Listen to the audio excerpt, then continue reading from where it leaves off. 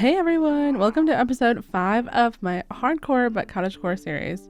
Last episode, we built up a new cactus farm and the ultimate rainbow wool farm. Then we raided the ancient city below our base and got Swift Sneak 3.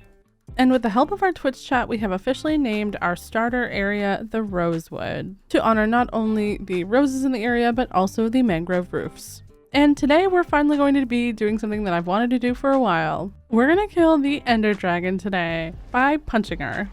We have a lot to do before then though. We need to get a gunpowder supply, a sugarcane farm, we need to brew potions, craft Eyes of Ender, prepare our ender chest, and get netherite everything.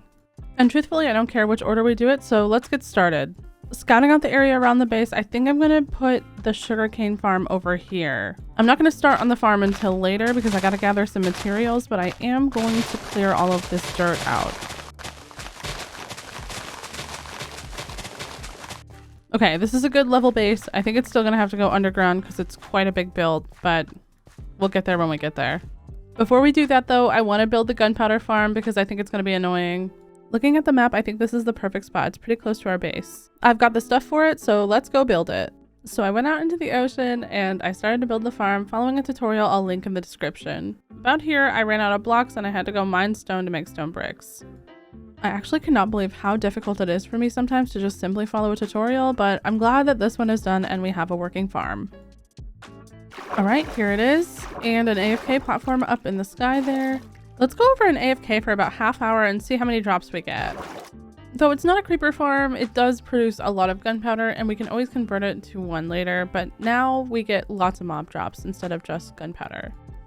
Okay, it's been about half hour, so let's go check what's in our chest at the bottom. I wonder if I would die from falling from this high. Probably, right? Okay, so we have 5 chests. We actually got quite a bit of stuff, it looks like. And some random chicken, must be like jockeys spawned. Okay, I gathered up all the gunpowder and it looks like for half hour we got almost 6 full stacks. Not bad. While I'm thinking about the design for the sugarcane farm, I'm gonna run to the Nether and grab some materials and probably mine for netherite. So we live streamed over on Twitch and we found a new fortress inside of a basalt delta and we fought some scary wither skeletons. I was here for blaze rods though, so I started killing blazes. I'm a little bit scared of that, but that's because of flashbacks, you know, to another time and another place.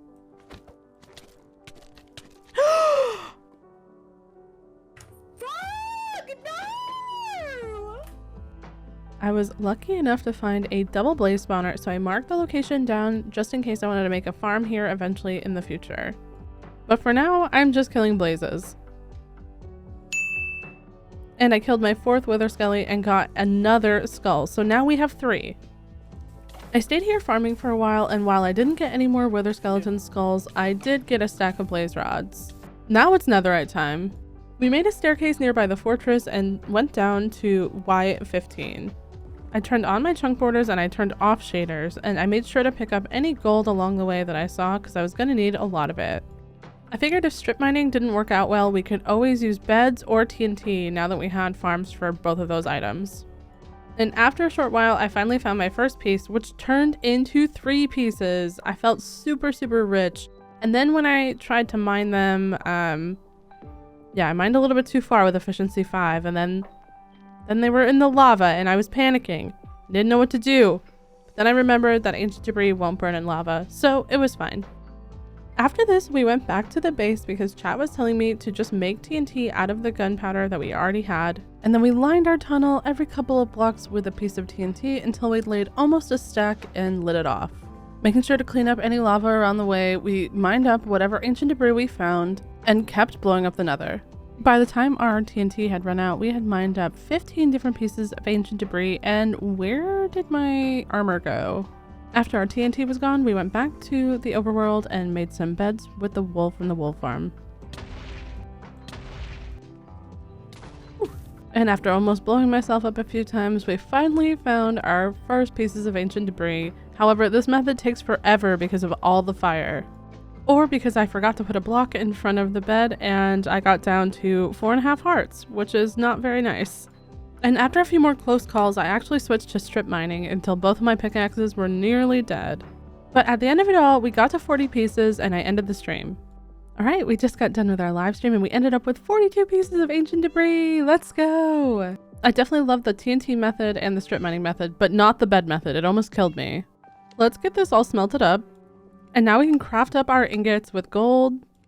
Oh, we are going to be so protected. I feel so rich right now. Let's use the smithing table over here in the blacksmith and we'll just upgrade our gear here. Oh, I love when the sound comes in. Yes, the achievement sound.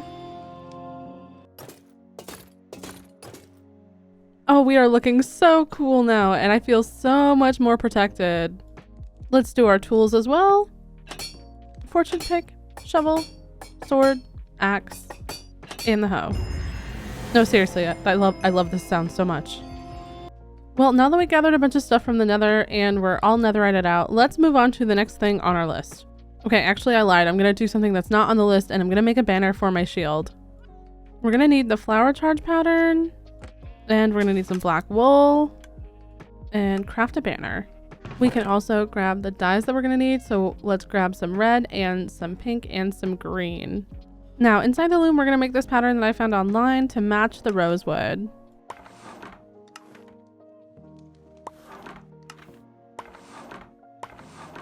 Oh my gosh, it looks so cool. It looks just like a little rose on this black shield. Oh, I love it.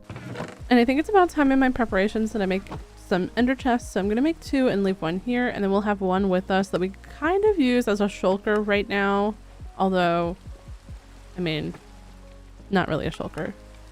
I'm also gonna craft up some golden apples just to take with us just in case, now that we have a lot more gold from the nether. I am, however, getting a little bit ahead of myself, so I'm gonna build the sugarcane farm now. I'm just crafting up the final components that we're gonna need for this farm. I don't even know what these do, but we're gonna have to make these things too. Okay, I gathered everything up. I'm only missing one thing. We gotta find ourselves some glass. Steal from the villagers? Count me in. Now just to dig a big hole about 7 or 8 blocks down. Almost done with the dirt layers. Then we're gonna go into the stone layers. Okay, maybe I should have gotten a beacon before I did this. I need to place some rails here for the collection system track. And then I'm gonna use moss instead of dirt because moss is really cute. But the sugarcane will sit on top of this. I'm gonna add stairs here so that we can waterlog them later so that the sugarcane will actually sit there. And now to put all of the water in, and I made a little source over here. Oh no, oh no. Oh god, I'm so bad at placing water. Okay, that's all of the waterlogged stairs done. Quick break to eat some carrots. Now I'm going to cover the waterlogged stairs. You don't have to put light in here. Sugarcane doesn't need light, but I'm going to put it in there. All right, let's drop in all of the sugarcane before we do anything else. Now we've got to line this with pistons to break the sugarcane. And then we can place observers here to watch for changes. You can technically do this with less observers, but I'm going to do it with the max amount. All right, and now I'll just make our redstone line thingy. That way, once one of these triggers, they will all trigger and break all of the sugarcane. And just a quick test. Yep. Okay, it works. Forgot to mention this, but I'm building a bubble elevator, and I think that this should work. Let me just drop some stuff, make sure that, yep, okay, the dropper clock works. Perfect. All right, now just build the elevator. And we'll put all of our kelp down here. And then once we break it, it should shoot us up. There we go. After the bubble elevator was working, I quickly made sure that we could make a collection system, although I'm not the best at collection systems, so if you have any suggestions on how to improve this, let me know. Okay, farm works, let's build. I started by laying out some pillars to help me build the structure up. And once again, I'm using stripped dark oak to match the spruce. It's kind of looking funky so far, but I kind of like it. Lots of different heights. Before I could build any more though, I had to go and mine some sand because I want to introduce some sandstone into the build. Okay, I think I'm going to start filling in the walls, and I'm going to do a combination of these 4 blocks, which are sandstone, smooth sandstone, cut sandstone, and strip birch. I filled in all the walls, making sure to leave gaps where I thought windows could go, but this build was like a little bit awkward because of where the water elevator was. It's coming together. I'm going to trust the process. I think I'm going to like this at the end. I'm not sure how I feel about the sand yet. I think we could just get this roof on and then we would probably feel a lot better about how this is all looking. I mean, we could always switch out the sand for diorite and the calcite later, but I am starting to run out of calcite, so I don't want to keep using it. Petition for Mojang to add a calcite trade to the stonemasons. And let's fill this all in with some mangrove wood. Now, I was going to do the crimson, but I think I have a different idea for the crimson one a little bit later on in this area. Let's get our doorway in here. I love doorways like this.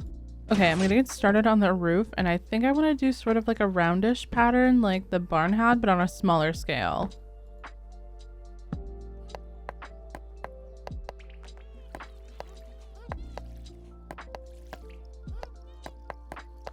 I lined up the pattern on the front of the roof as well, and now I'm just matching it up with some mangrove wood.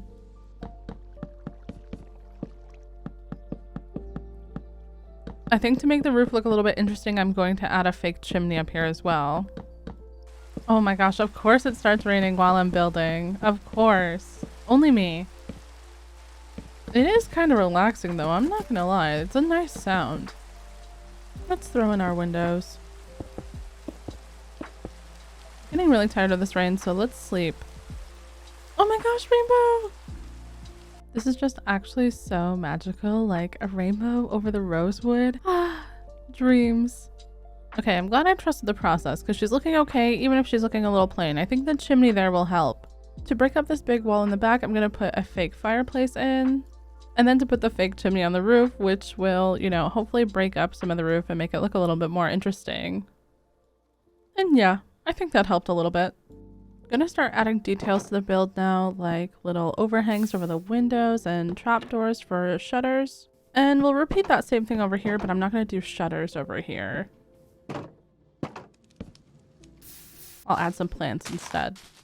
Sometimes on walls where I don't know what to put, I will usually use oak trapdoors and leaves to make sort of like a trellis thing. And it kind of looks like ivy or flowering ivy growing on the vine. It looks really cool and it takes up a bunch of space, which is a plus. Out front, I want to make an overhang over the door just to make a really pronounced entryway. And we're going to fill that in with mangrove to match the rest and add a lantern. On this side, I want to do one as well and plant some sugarcane in there, and then we'll... Oh gosh. Oh no. No one sees this. And once again, fill that in with mangrove.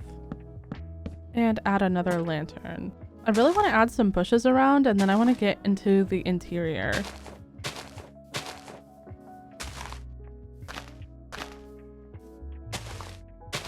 I don't know what I'm going to do in the interior, so I'm just going to take care of it, and then I'll bring you guys back once it's all finished.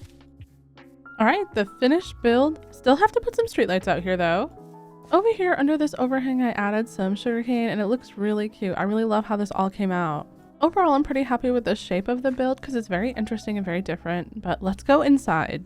On the inside, we kept it pretty simply decorated. It's just a little overgrown and green. We have a bed in here in case we have to sleep, and of course we have the chest collecting up our sugarcane. But now that this is done and most of our list is done, I think it's time we get ready for this dragon. I know we've all seen the dragon fight a million times, so I'll give you the highlights, and yeah, let's pray that I live. I brewed up my potions. I also grabbed an anvil and some mending and unbreaking books if we get an elytra. The only other thing that we need before we go on this journey is to get some eyes of ender. So let's make 14, and we can always make more if we need more. I'm gonna break my bed since we're pretty close to world spawn. It doesn't really matter. And I think it's time we finally throw our first eye. I'm super excited. All right, that way. Oh, and it broke, of course. I've done the dragon a bunch of times before, and I honestly think that finding the stronghold is more difficult than defeating her. And it's not that I'm incapable of following the eyes, I just feel like once the eye goes down into the ground, then I can never actually find the stronghold. I knew I was getting close when I passed this village, and then my eye went backwards towards the way I came. And of course it broke, but at least we were close. Very, very close.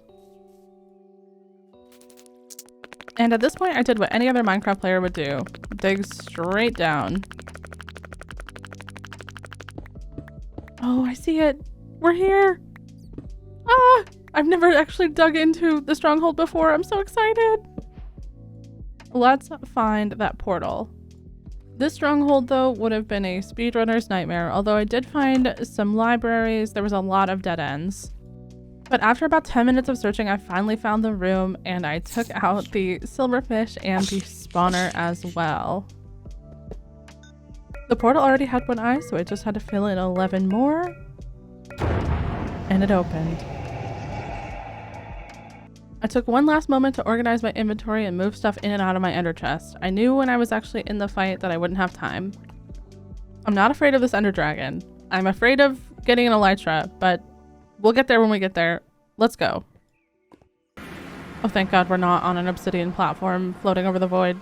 There I was, a frog on a mission. And my mission was simple. Break the crystals, kill the dragon, and free the end. In that order. I can't reach some of them, so I'm gonna have to scaffolding up. This is embarrassing. Can the dragon break scaffolding, actually? I think we only have like one left. Two left. Oh, hey, Ender Dragon lady. You want to fight before it's even time? I got the last of the crystals, but the Ender Dragon did not want me to celebrate whatsoever. She kept knocking me into the air to fight her on her turf, which I think is unfair because she has wings. But between my excellent arrow shots and her 2-second perches, I slowly whittled her down until she was almost only one hit. And just to be annoying, when I went in for the kill, she flew away immediately. But she couldn't stop a frog with a mission. And we freed the end. I felt so good to punch the dragon and collect up all that sweet XP. I also didn't notice this, but apparently punching her beheaded her because her head was standing there on the pedestal. Did not notice that until I was editing, actually. The only thing that could make this better was the dragon egg, although I didn't see it go into the portal at this point, and I spent a little while looking for it. Eventually I figured it out and I went towards the gateway. I really hope we don't spawn on the edge of some like floating island, you know, over the void with no land around us. I really hope we don't spawn in one of those. However, I think in such a perfect state I would have been asking for too much, and I spawned right on the edge of a floating island in the middle of the void. I grabbed my trusty stonecutter and made a bunch of slabs, and from there it was time to start bridging. Now, I didn't think Swift Sneak was actually going to make that big of a difference, but I kept feeling like I was going to fall off because I was going so much faster than I was used to. I was holding on for dear life to the shift button. I think my pinky basically went to the gym. After about 20 minutes of bridging, in the fog we finally saw our first end city, and we were so lucky that we got one that came with a ship already. Alright, it's ELYTRA time. Also, ignore the fact that I'm going to be flying in all these cliffs. Oh, a shulker head! Let's go! I looted chests along the way, crafted up my first shulker boxes, and finally made it up to the ship where I could finally grab the ELYTRA. Once I grabbed it, I immediately put mending and unbreaking on it, and I named it with the Twitch chat. They redeemed the name Stank because I stink. GG. After securing the dragon head, it was time for our first flight with our ELYTRA in our world. And yes, I am using an ELYTRA texture pack, and I will include the link in the description. Now that we had an ELYTRA, it was actually pretty easy to find another end city with a ship, and we found one in less than literally 30 seconds. Once we saw it, we flew over, grabbed a backup ELYTRA, and looted the city. All the extra gold was really nice too. Well, we defeated the dragon in hardcore and we got our ELYTRA. And on top of the new farms that we built today, I think we got a lot done. I know we kind of went through things pretty fast today, but I promise you that we are just getting started. Now that we have an ELYTRA and netherite armor, we are going to be so set for future projects. Looting those end cities was quite lucrative. We got 2 ELYTRAs and we got almost 2 stacks of shulker shells, not including the ones I already made. And because of our farms, we have an entire box of rockets ready to go. I have so many cool things I still want to do in this world, and I hope you're enjoying the journey as much as I'm enjoying filming it. Let's take our first flight over the Rosewood. I know we can see it on replay mod anytime we want, but oh, there's something so cool about being able to fly with an ELYTRA through your own builds. That's going to be all for today though. I hope you guys had a really fun time watching this episode. I had a fun time filming it. I will see you in the next one. Bye!